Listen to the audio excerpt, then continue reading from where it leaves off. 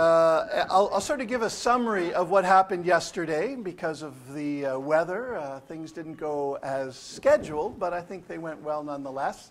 My name is Chris Southcott. I'm one of the theme coordinators for the Resources and Sustainable Development in the Arctic project, which is hosting this workshop.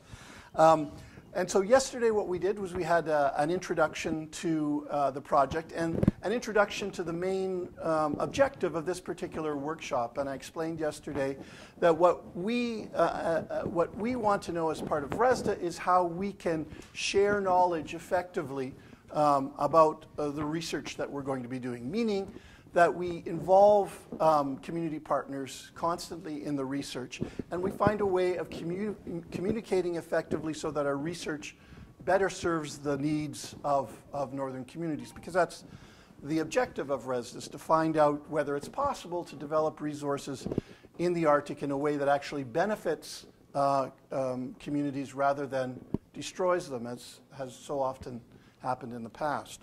So this workshop, as suggested in our workshop last year in Whitehorse, this workshop is about finding the best ways to do that. And we've had a discussion of a couple of ways that we can share and communicate, and as Frank Tester said yesterday, co-create knowledge with our partners. So we started out with an excellent presentation by Patricia Cochran, who's from Alaska, who's from the Alaska Native Science Commission and former president of ICC, as many of you know. She did an excellent presentation about the experience, some of her experiences in Alaska, and I think she'll be talking more about that this afternoon on another panel. And then we had presentations from Frank Tester about a project that he was involved in Arviat. Some of you saw the film last night that was a result of that particular project. We heard from Ron Harpel and Kelly Saxberg about the use of film in communicating knowledge, and from Derek Mazur, who's from the Nunavut Film Development Corporation. And then we started the community engagement panel.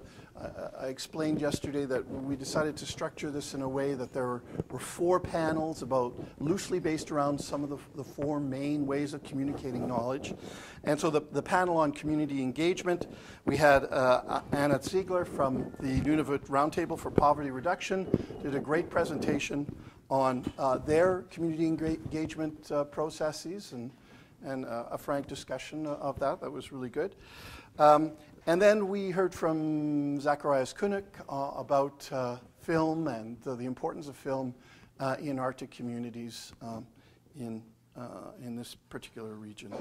So that's where we were yesterday. Today we're continuing. So we're continuing with the community engagement panel. And so we'll hear first of all from Natan Obed of the Nunavut Tungavik Incorporated, who will be talking about community engagement in a particular project that they've been involved in. And we will hopefully hear from Linnea Ingebrigtsen of the Interagency Human Health Research Review Board, who I understand is on her way and should be here soon, about their community engagement. Then we'll shift over to the print panel, as we called it, and we'll hear from Josh Gladstone from the Northern Public Affairs magazine, and Louise Flaherty of the Inhabit Media here in Iqaluit. Louise will be giving her presentation in Iqaluit, and you have, at least most of you have access to the translators on your table.